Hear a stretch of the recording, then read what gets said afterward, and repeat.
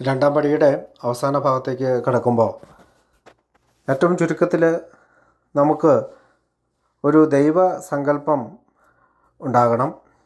അത് വേറെ ആരുടെയെങ്കിലും സങ്കല്പമല്ല. ഷിബു എന്ന് പറയുന്ന എനിക്ക് തുറന്ന മനസ്സോടുകൂടി ഒരാശയം അല്ലെങ്കിൽ ദൈവം എന്നൊരാശയത്തിൽ ഒരു സങ്കല്പത്തിലേക്ക് എത്താൻ സാധിക്കണം.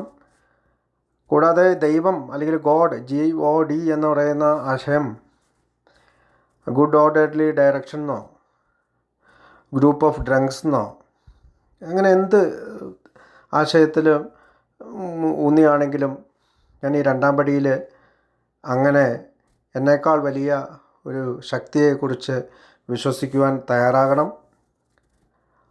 അങ്ങനെ വന്നാൽ മാത്രമേ പിന്നീട് ഞാൻ പാലിക്കേണ്ട ഈ സൊല്യൂഷൻ അല്ലെങ്കിൽ തത്വങ്ങൾ പാലിക്കാനായിട്ട് ഞാൻ ശ്രമിക്കുകയുള്ളൂ.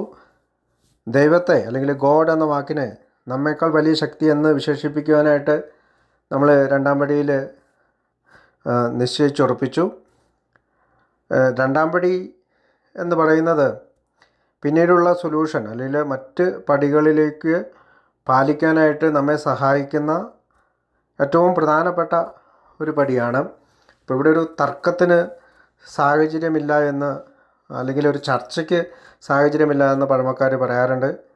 കാരണം ഇൻസാനിറ്റിയിൽ നിന്ന് സാനിറ്റിയിലേക്ക് എത്തിക്കാൻ, അതായത് മാനസികമായ സ്വസ്ഥതയുള്ള നമ്മുടെ മനസ്സിനെ ക്രമീകരിക്കാൻ, അല്ലെങ്കിൽ കുഴപ്പമുണ്ടായിരുന്ന അല്ലെങ്കിൽ ഇൻസാനിറ്റി ആയിരുന്ന അല്ലെങ്കിൽ ക്രമം തെറ്റിയ ഭ്രാന്ത് പിടിച്ച അവസ്ഥയിലുണ്ടായിരുന്ന നമ്മുടെ മനസ്സിനെ ഒരു സാധാരണ നിലയിലുള്ള ഒരു മനസ്സിലേക്ക് എത്തിക്കുവാനാണ്, അല്ലെങ്കിൽ കുഴപ്പം പിടിച്ച മനസ്സിൻ്റെ സ്വഭാവ വൈകല്യങ്ങളെ മാറ്റി നിർത്തിക്കൊണ്ട് കുഴപ്പമില്ലാത്തൊരു മനസ്സിനെ സൃഷ്ടിക്കുവാനാണ് രണ്ടാം പടി നമ്മളെ സഹായിക്കുന്നത്.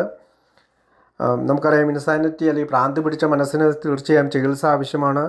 പക്ഷേ രണ്ടാം പടിയിൽ ഒരു മദ്യപാനിക്ക് അല്ലെങ്കിൽ ഒരു മദ്യാസക്തന് മദ്യമുണ്ടാക്കിയ സ്വഭാവ വൈകല്യങ്ങൾ എന്തൊക്കെയാണ്, അതെങ്ങനെയാണ് പിന്നീടുള്ള പടികളിലൂടെ മാറ്റാൻ സഹായിക്കുന്നത് എന്ന് വിചിന്തനം ചെയ്യുകയാണ്.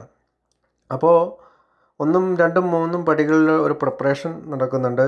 ബാക്കി പടികളിലേക്കുള്ള യാത്രയിലേക്കുള്ള ഒരു പ്രിപ്പറേഷനാണ്. നമുക്ക് ബാക്കി 3-ാം പടിയിലും അല്ലെങ്കിൽ 2-ാം പടിയുടെ ബാക്കി ഭാഗം അടുത്ത ഷെയറിങ്ങിൽ എൻ്റെ അനുഭവങ്ങളോട് സംസാരിക്കാമെന്ന് ഞാൻ വിചാരിക്കുകയാണ്. ഇന്ന് എന്നെ കേട്ടിരുന്ന നിങ്ങൾക്കെല്ലാവർക്കും ഹൃദയത്തിൻ്റെ ഭാഷയിൽ നന്ദി പറയുന്നു. Thank you.